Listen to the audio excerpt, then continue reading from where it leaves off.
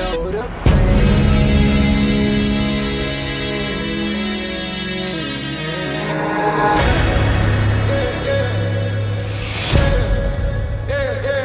Tennis. Last time it was no tennis. Transported back to the time before his Oscar win, there were three main characteristics that set Christopher Nolan apart. His love for analog film, practical effects,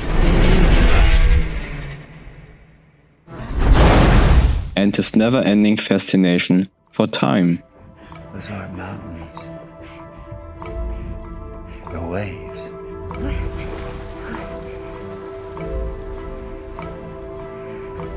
We love and we hate Nolan for exactly that. For his unmistakable visual style and authenticity, as well as for the terrible tone in which the exposition-heavy dialogue blurs, just so we can understand what's actually going on. Oh, you think darkness is your ally? You merely adopted the dark. I was born in it. We can also assume that Nolan will remain true to his principles in the future, as Oppenheimer is also full of these typical Nolan characteristics. Theory will take you only so far. However, if we take a look at his entire filmography, we are bound to notice a film that is seemingly different from the big blockbuster cinema, or the subtle film noir that's still better remembered today than its protagonist himself. I use habit and routine to make my life possible. Sammy had no drive, no reason to make it work. An unconspicuous project between Batman Begins and The Dark Knight, which was originally intended as a small step after Nolan's Hollywood breakthrough with Memento. I'm talking about The Prestige.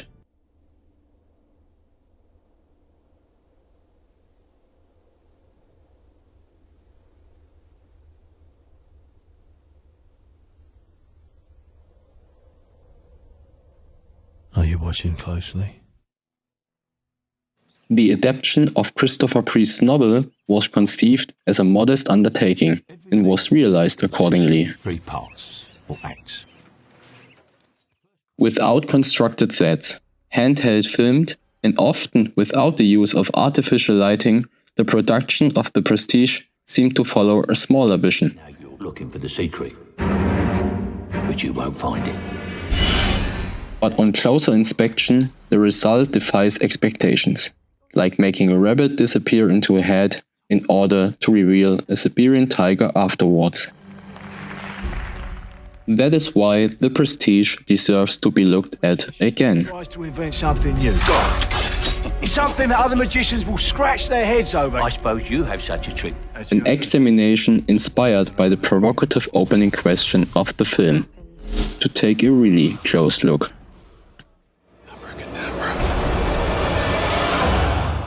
Once again, Nolan skillfully manipulates time and, more importantly, perspective. It was the greatest magic trick I've ever seen. The narrative unfolds from the point of view of the competing magicians, each of whom presents their own version of the truth. His soul is restless, his wife and child tormented by his fickle and contradictory nature.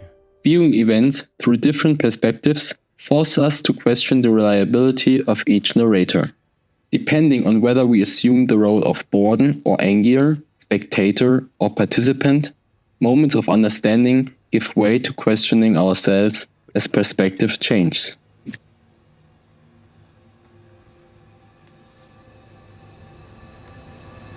Which knot did you tie, Borden? I don't know. Nolan already used this dual narrative technique in Memento, adapted from a short story by his brother Jonathan Nolan.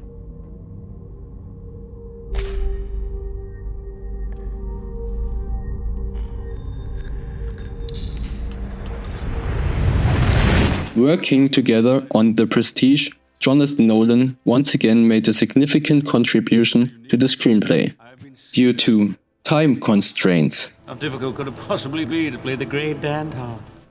Originally intended to precede Batman Begins, the opportunity of bringing Batman back to the big screen proved too tempting for Christopher Nolan. Are you ready to begin? Leading to the postponement of The Prestige until Batman Begins was completed, and until Jonathan Nolan finished the script. Where are you? While in Memento, Polaroids help Leonard Shelby to remember, in The Prestige, the diaries of Angier and Borden serve as crucial narrative instruments. They provide deep insights into their mind, or at least, they pretend to do so. And told her to admit as much. Does he enjoy taking his bows under the stage? He sent me here to steal your secrets, but I've actually come to offer you his. This is the truth. These narrative instruments offer not only personal revelations, but also strategic misdirections that deceive both the other and us. Proves her truthfulness. Not to me, you understand. The question of the objectivity of perceptions and memories emphasizes the subjective and manipulable nature of the interpretation of events. Angier. Amidst the maelstrom of illusion and reality, it becomes clear that our perspective depends not only on what we see, but also on what we believe. So easily after so much. Goodbye, Angier. May you find The dual narrative perspective in The Prestige therefore also represents the nature of the ambiguity that lies behind every truth. As we realize that we are caught in this tangle of deception and self-deception, we soon become aware that behind every illusion is a price. A price that some are willing to pay, even if it means losing themselves. You're not really looking. You don't really want to know. You want to be fooled. This purposeful use of perspectives ultimately leads to the central themes of the film: sacrifice and obsession.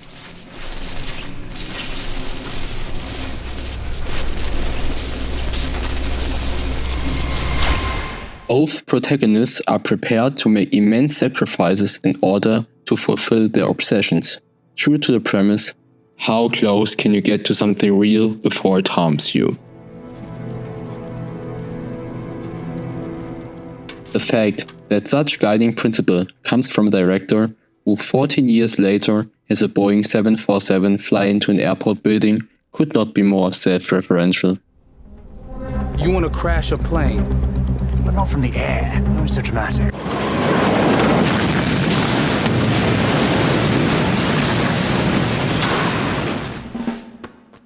Angier and Borden are prepared to sacrifice their own personal relationships, their moral principles, and even their own lives in order to triumph in the world of magic.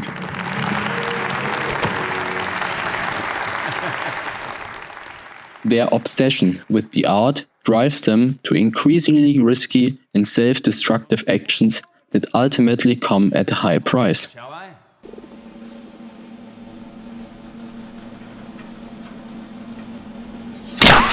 The question of what is truly worth sacrificing and the boundaries we are willing to cross to achieve our goals is fundamental. There simply is too much magic for my stage at the Pantages across the street. Angier's obsessive desire for revenge and recognition leads him down a dark path in which he is prepared to sacrifice himself and make moral compromises. Have you had a nice day with Mummy? I saw happiness. His fixation on Borden's supposed secret drives him to lose his own humanity and fall into a spiral of deceit and violence. If it went wrong, I would not want to live like that for long. On the other hand, Borden also sacrifices much to perfect his art and keep his secrets. And go easy on the poor chap. He does try so very hard. His obsession with magic and his determination to protect his identity lead him to sacrifice his family and even his own happiness. To open myself to such a relationship, to the dangers of such an affair, I need assurances of fidelity, of love. But even in his quest for perfection and success, he is not spared the consequences of his actions. Supporting characters, such as the two assistants Olivia and Julia, are drawn into the maelstrom of obsession, and both have to pay the highest possible price for it. So what could you possibly have to offer me? You may know how he does his tricks, but you can't understand why no one can see that yours are better. Not because, as Nolan is often accused of, he can't write female characters, but because the story demands it. I'm sure it takes great skill to perform illusions with one good hand. Yeah, it does. Their stories illustrate how the quest for perfection and recognition consumes not only those who pursue it, but also those who are close to them. I want you to be honest with me. No tricks. No lies. And no secrets. The introduction of David Bowie's Nikola Tesla and his futuristic inventions brings together illusion, reality, and technology, opening up new ways for the magicians Angier and Borden to perfect their illusions. Laughing at me all along while using my money to stave off ruin. I have seen Edison's men. Where? In the hotel, and I have every mind to bring them up here myself. That would be unwise, Mr. Angier. It is true. Bowie initially turned down the role, but Christopher Nolan was convinced that Bowie's charisma would make Tesla and his teleportation machine even more believable. Then why isn't the machine working? Because exact science, Mr. Angier, is not an exact science. The machine simply does not operate as expected. It requires further examination. Nolan flew to Bowie personally to assure him that he was the only actor he could imagine playing the role. Bowie finally changed his mind and agreed. His grasp is a lie. Man's grasp exceeds his nerve. Society only tolerates one change at a time. The first time I tried to change the world, I was hailed as a visionary. Tesla and his inventions symbolize the power of technology, which can make the impossible possible.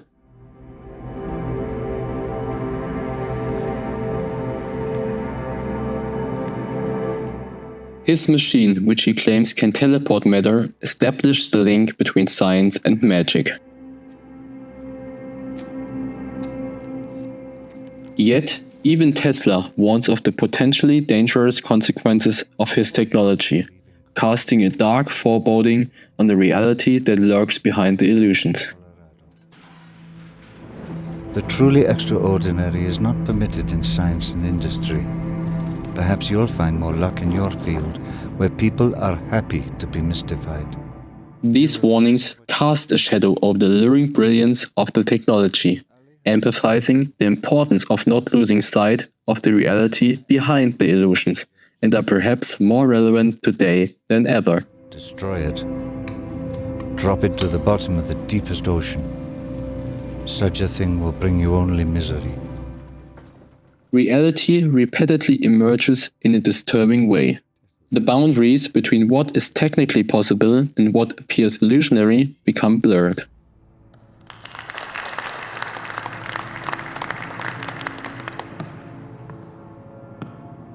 It is the illusion that drives the magicians. They use Tesla's technology to perfect their tricks and amaze the audience. But even here, the question of the true core of the illusion remains, as the personal sacrifices and moral consequences that come with the pursuit of fame and success become apparent in reality. In the end, it is clear that the magician's illusions are only one side of the coin, while the reality is often much more complex and sometimes even more cruel. Flatter you with all those chains, Alfred? Don't they know you can't escape without your little rubber ball? I pulled you out of that tank. Despite Tesla's technology opens up new possibilities for spectacular tricks, it also harbors risks and dangers that cannot be ignored.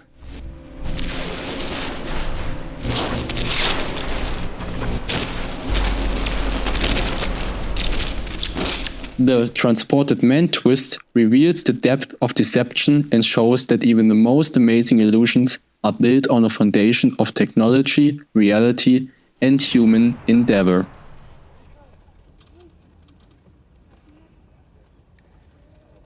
In The Prestige, we are made aware that we should not only admire the glitter of illusion, but also the flip side.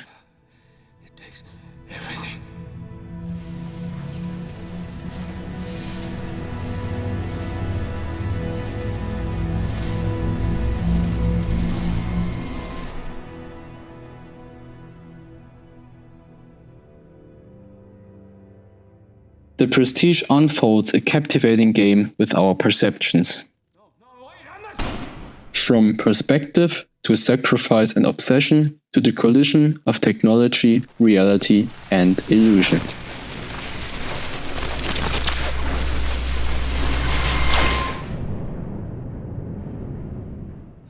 The Prestige teaches us that behind every illusion lies a hidden reality that deserves our attention and investigation.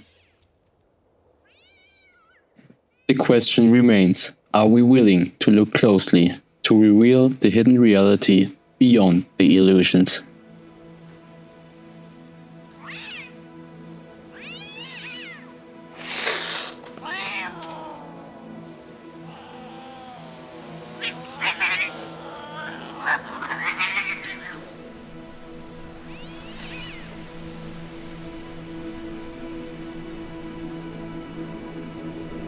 Are you watching closely?